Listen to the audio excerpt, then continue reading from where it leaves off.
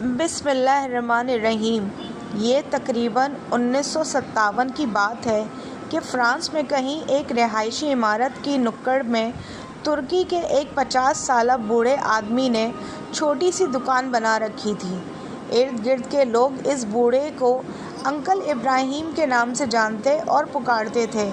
Uncle ابراہیم کی دکان میں چھوٹی موٹی گھریلو ضروریات کی اشیاء کے علاوہ بچوں کے لیے چاکلیٹ، آئس کریم اور گولیاں، ٹافیاں دستیاب تھیں۔ اسی عمارت کی ایک منزل پر ایک یہودی خاندان آباد تھا جن کا ایک 7 سالہ بچہ جاد تھا۔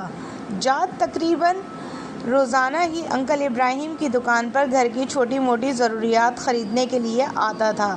دکان سے جاتے ہوئے انکل ابراہیم کو کسی اور کام میں مشغول پا کر جاد نے کبھی بھی ایک چاکلیٹ چوری کرنا نہ بھولی تھی۔ ایک بات جاد دکان سے جاتے ہوئے چاکلیٹ چوری کرنا بھول گیا۔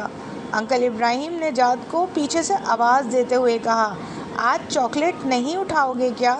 انکل ابراہیم نے یہ بات محبت میں کی تھی یا دوستی سے، مگر جاد کے لیے ایک صدمے سے بڑھ کر تھی۔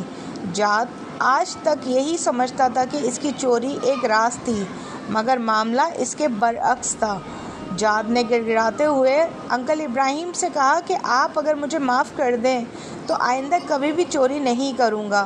مگر انکل ابراہیم نے جاد سے کہا، اگر تم وعدہ کرو کہ اپنی زندگی میں کبھی بھی کسی کی چوری نہیں کرو گے تو روزانہ ایک چاکلیٹ میری طرف سے تمہارا ہوا، ہر بار دکان سے جاتے ہوئے لے جایا کرنا۔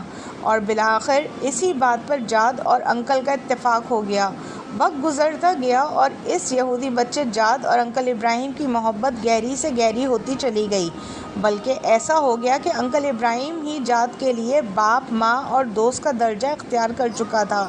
جاد کو جب کبھی کسی مسئلے کا سامنا ہوتا یا پریشانی ہوتی تو انکل ابراہیم سے ہی کہتا۔ ایسے میں انکل میز کی دراز سے ایک کتاب نکالتے جو جاد سے کہتے کہ کتاب کو کہیں سے بھی کھول کر دو۔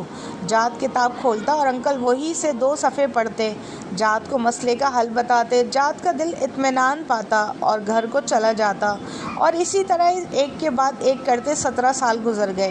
17 سال کے بعد جب جاد 24 سال کا ایک نوجوان بنا تو انکل ابراہیم بھی اس حساب سے 60 سال کے ہو چکے تھے۔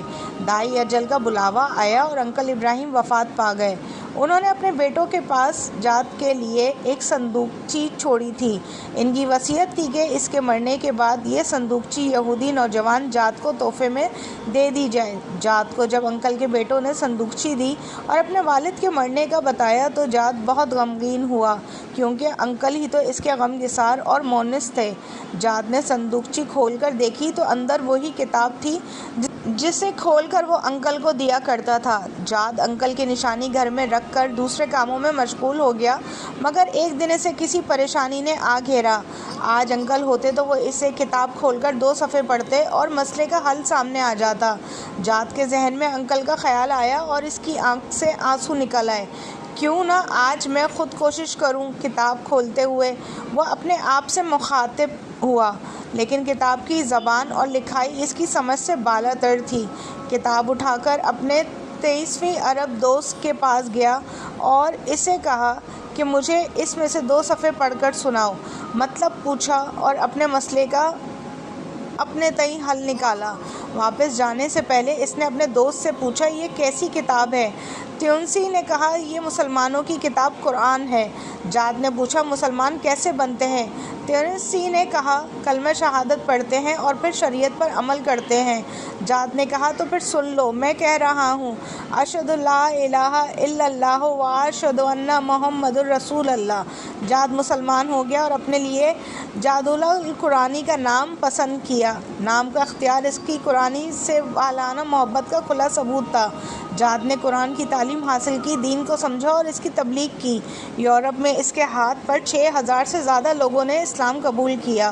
ایک دن پرانے کاغذات دیکھتے ہوئے جاد اللہ کو انکل ابراہیم کے دیے ہوئے قرآن میں دنیا کا ایک نقشہ نظر آیا جس میں بر اعظم افریقہ کے ارد گرد لکیر کھینچی ہوئی تھی اور انکل کے دستخط کیے ہوئے تھے۔ ساتھ میں انکل کے ہاتھ سے ہی یہ آیت کریمہ لکھی ہوئی تھی، ترجمہ: اپنے رب کے راستے کی طرف دعوت دو، حکمت اور عمدہ نصیحت کے ساتھ جاد اللہ کو ایسا لگا جیسے یہ انکل کی اس کے لیے وصیت ہو، اور اسی وقت جاد اللہ نے اس وصیت پر عمل کرنے کی ٹھانی، اور ساتھ ہی جاد اللہ نے یورپ کو خیرآباد کہہ کر کینیا، سوڈان، یوگنڈا اور اس کے آس پاس کے ممالک کو اپنا مسکن بنایا۔ دعوت حق کے لیے ہر مشکل اور پرخطر راستے پر چلنے سے نہیں ہچکچایا، اور اللہ تعالیٰ نے اس کے ہاتھوں 60 لاکھ انسانوں کو دین اسلام کی روشنی سے نوازا۔ جاد اللہ نے افریقہ کے کٹھن ماحول میں اپنی زندگی کے 30 سال گزار دیے۔ سن 2003 میں افریقہ میں پائی جانے والی بیماریوں میں گھر کر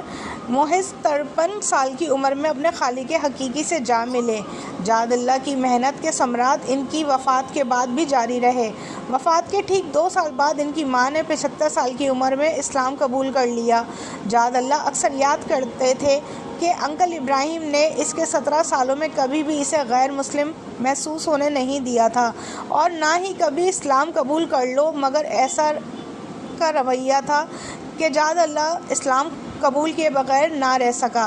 آپ کے سامنے اس واقعے کے بیان کرنے کا فقط اتنا مقصد ہے کہ کیا مجھ سمیت ہم میں سے کسی مسلمان کے اخلاق و عادات و اطوار و کردار انکل ابراہیم جیسا ہے، اور اگر نہیں ہے تو ہمیں ان کی طرح بننے کی کوشش کرنی چاہیے۔ سبحان اللہ۔